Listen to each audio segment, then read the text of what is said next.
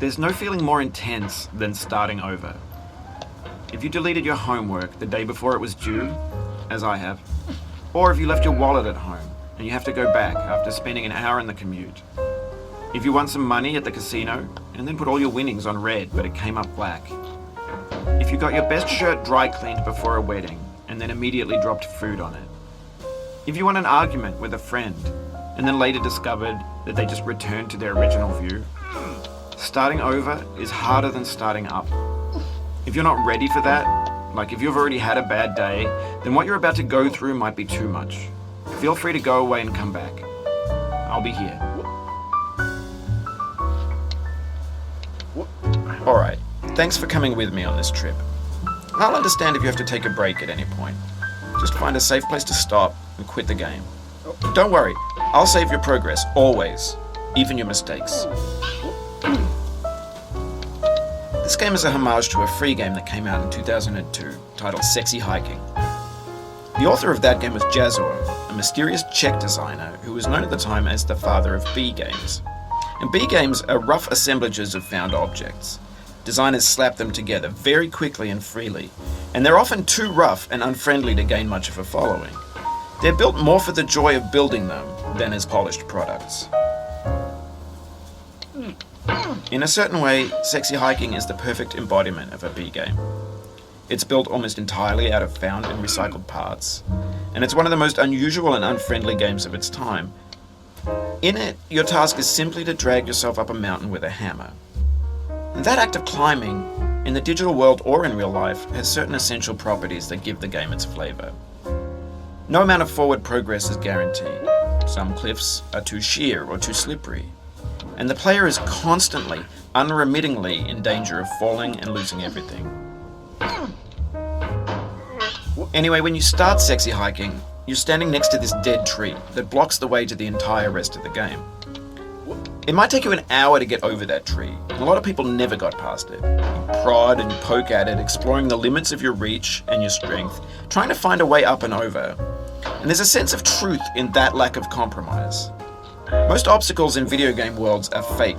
You can be completely confident in your ability to get through them once you have the correct method or the correct equipment or just by spending enough time. In that sense, every pixelated obstacle in Sexy Hiking is real.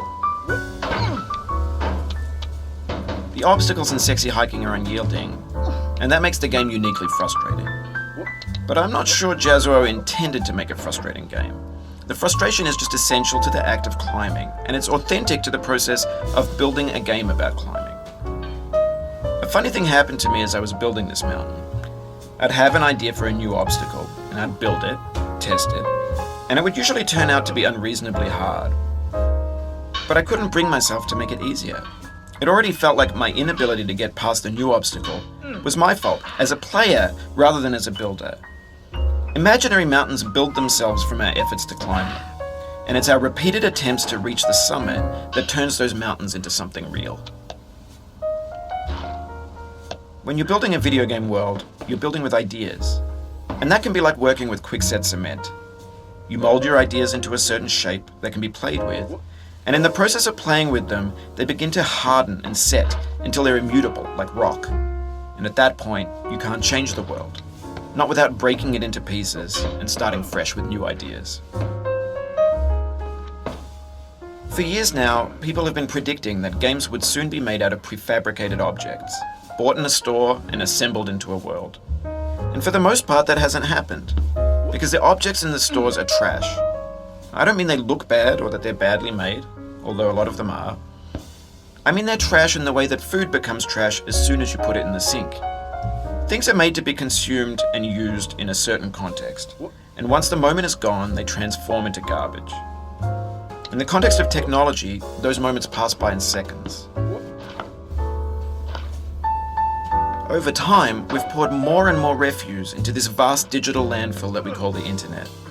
It now vastly outnumbers and outweighs the things that are fresh and untainted and unused. When everything around us is cultural trash, trash becomes the new medium, the lingua franca of the digital age. And you can build culture out of trash. But only trash culture. Be games, be movies, be music, be philosophy. Maybe this is what digital culture is. A monstrous mountain of trash, the ash heap of creativity's fountain. A landfill with everything we ever thought of in it. Grand, infinite, and unsorted.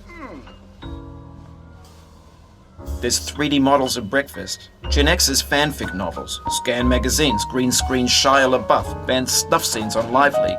Facebook's got lifelike bots with unbranded adverts and candid shots of Kanye and Taylor Swift mashups, car crash epic failed GIFs, Russian dashcam vids, discussions of McRibs, discarded, forgotten, unrecycled, muddled, rotten, untitled.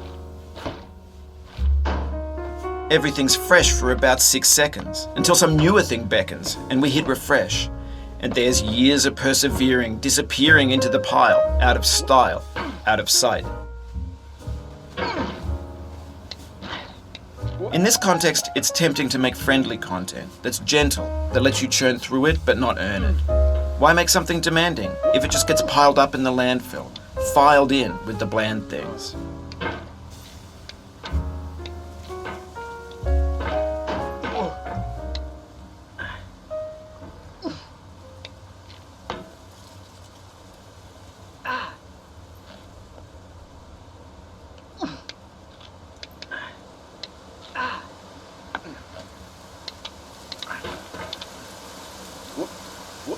Oh, you just lost a lot of progress. That's a deep frustration, a real punch in the gut.